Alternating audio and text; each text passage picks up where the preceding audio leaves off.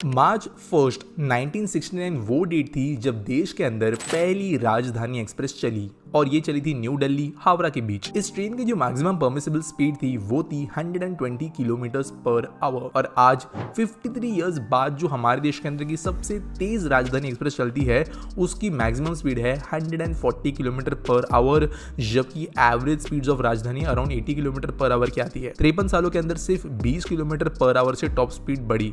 20 kilometre per hour किसी cycle के चलने की स्पीड भी हो सकती है। लेकिन फिर ये हुआ क्यों? 53 सालों में इंडियन रेलवे जो दुनिया से कंपटीशन रखती थी वो दुनिया के one of the slowest railway कैसे बन गई और इसे ठीक क्यों नहीं किया जा रहा? इसी बात के बारे में आज हम समझेंगे। दोस्तों, देश के कई बड़ी दिक्कतों के जैसे ही पॉलिटिक्स और ब्यूरोक्रेसी और पीएसयूज के अंदर होने वाली इनएफिशिएंसी रेलवेज के स्लो होने के पीछे जिम्मेदार है। अब वो कैसे समझने की कोशिश करते हैं? दोस्तों, एक पॉलिटिशियन जो होता है उसका काम लोगों की सेवा करना नहीं होता है। पॉलिटिशियन का काम होता है कि वो अगला इलेक्शन जीत पाए और इसीलिए बहुत जरूरी होता है कि जब वो अपने कार्यकाल में हो उस समय पर ऐसी चीजें करे जो उनको अगले इलेक्शन में जीतने की मदद करे। अब इस चीज की वजह से यही नहीं सोचा जाएगा कि 20, 25, 30 साल बाद किस चीज की वजह से फायदा होगा, इमीडिएट किन चीजों से फायदा देखने मिलेगा, उन चीजों के ऊपर ही फोकस जनरली रखा जाता है और ये हमारे देश के रेलवे बजट्स में रखा गया था। दोस्तों, दुनिया के अंदर India one of the only countries थी जहां पर रेलवे के लिए अलग बजट एक जमाने तक हुआ करता था। आज की डेट में नहीं होता है, लेकिन जो पार्लियामेंट्री बजट और रेल बजट है वो पूरी तरीके से अलग हुआ करता था। और ये बजट कितने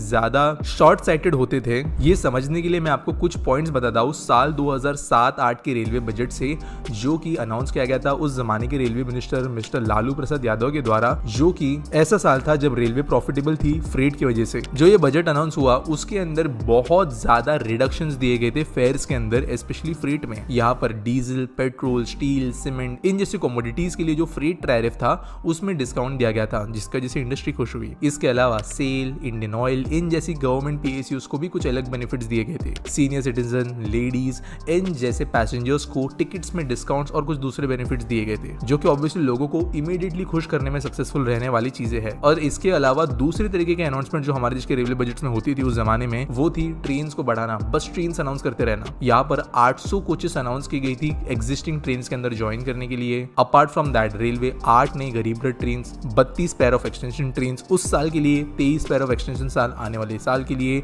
ऐसे कई सारे ट्रेन जो साल में कब हंड्रेड्स ऑफ ट्रेन निकल जाती थी कुछ कुछ बजट्स के दौरान, वो अनाउंस की गई थी। लेकिन इसमें आप लोग कहोगे दिक्कत क्या है? लोगों को जो चीजें चाहिए वो तो रेलवे बजट में आ रही थी, लेकिन दिक्कत ये है कि ये पिछले 30 से 40 सालों से हो रहा था। हर साल मैक्सिमम जो चीजें जाती थी वो लोगों को इमीडिएटली खुश करने के हिसाब से खर्च की जाती थी, जबकि रेलवेज की ओवरऑल ग्रोथ के ऊपर ध्यान नहीं दिया जाता था 30-35 साल के हिसाब से। अब इसका मतलब क्या है? दोस्तों, रेलवे के अंदर जो ट्रैक्स है वो लिमिटेड थे। ब्रिटिश जो ट्रैक्स बना के गए उसके बाद में कोंकण रेलवे और कुछ दूसरे 2-4 लाइन को अगर हम छोड़ दे तो कोई भी नई लाइंस नहीं बनी, जिसके वजह से एग्जिस्टिंग रूट्स पर कंजेशन बहुत बढ़ते जा रहा था। ऑल्टरनेटिव रूट्स कहीं भी बनाए नहीं जा रहे थे। अगर आपको मुंबई से दिल्ली जाना है तो एक तो 2-3 ही रूट है। एक तो आप गुजरात साइड से जा सकते हो, आप मध्य प्रदेश साइड से जा सकते हो, लेकिन कोई तीसरा यहाँ पे रूट नहीं है। और इतनी सारी ट्रेन अनाउंस होने की वजह से रेलवे ट्रैक्स पर कंजेशन बढ़ते जा रहा था, लेकिन उनको कंजेशन हैंडल करने के लिए, ट्रैक अपग्रेडेशन के लिए या नए ट्रैक्स बनाने के लिए बजट नहीं मिल रहा था। इसके अलावा जो सेकंड इशू यहाँ पर जनरेट हुआ वो था देश की ब्यूरोक्रेसी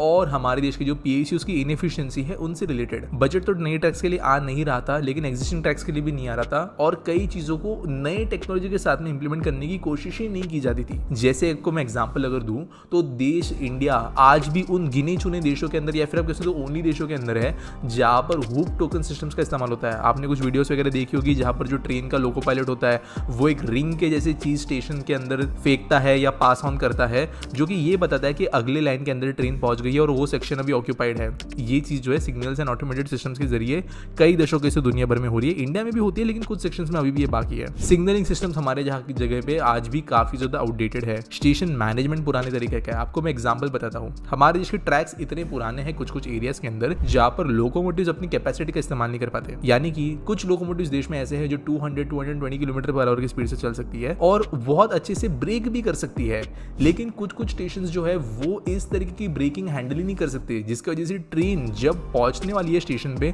उसके बहुत पहले ही उनको अपनी स्पीड काफी कम कर देनी पड़ती है, बहुत कम करनी पड़ती है, जिसकी वजह से डी एक्सेलरेशन में बहुत टाइम वेस्ट होता है। जैसे मेट्रो के अंदर तुरंत रुकती है, तुरंत चलती है, वैसे ट्रेन अगर कैपेबल भी हो फिर भी नहीं कर पाती। इंडियन रेलवे उन अकेले सिस्टम्स में से एक होगी जहां पर अभी भी झंडे, टॉर्चेस, इन जैसी चीजों का इस्तेमाल किया जाता है इंडिकेशंस के लिए, जो ब्रिटिश जमाने से चलते आ रहे हैं। मॉडर्न टेक्नोलॉजी जो ये चीजों को अवॉइड कर सकती है, इन चीजों के अंदर लगने वाला समय अवॉइड कर सकती है, जो इश्यूज आगे जाकर आ सकते हैं, ऑब्स्ट्रक्शंस क्रिएट हो सकते हैं, ऐसी पुरानी टेक्नोलॉजी की वजह से वो कई जगहों पर अभी भी अपग्रेड नहीं की गई है। और पिछले 40 सालों के अंदर बेसिकली काम यही हुआ कि इमीडिएट अनाउंसमेंट करके लोगों को खुश किया जाए, जबकि लॉन्ग टर्म रेलवेज की क्या हालत होगी उसके बारे में सोचा नहीं गया। ऑनेस्टली पिछले 10 सालों के अंदर काम इस चीज से अलग शुरू हुआ है। सबसे मेनली तो रेलवे बजट को खत्म कर दिया गया ताकि ये जो डेडिकेटेड अनाउंसमेंट वाली बातें हैं वो कम हो सके, चीजों को जो है ओवरऑल पूरी इकोनॉमी के साथ में अलाइन किया जा सके। डेडिकेटेड फ्रेट कॉरिडोर जिसके बारे में बात तो 2000 से हो रही थी, लेकिन एक्चुअल उसका कंस्ट्रक्शन जो है वो 15 के बाद में ही ढंग से शुरू हुआ। आज की डेट में मुंबई अहमदाबाद, दिल्ली वाराणसी, दिल्ली हावड़ा, साउथ में चेन्नई से बेंगलुरु, इन ट्रैक्स की स्पीड को अपडेट किया जा रहा है,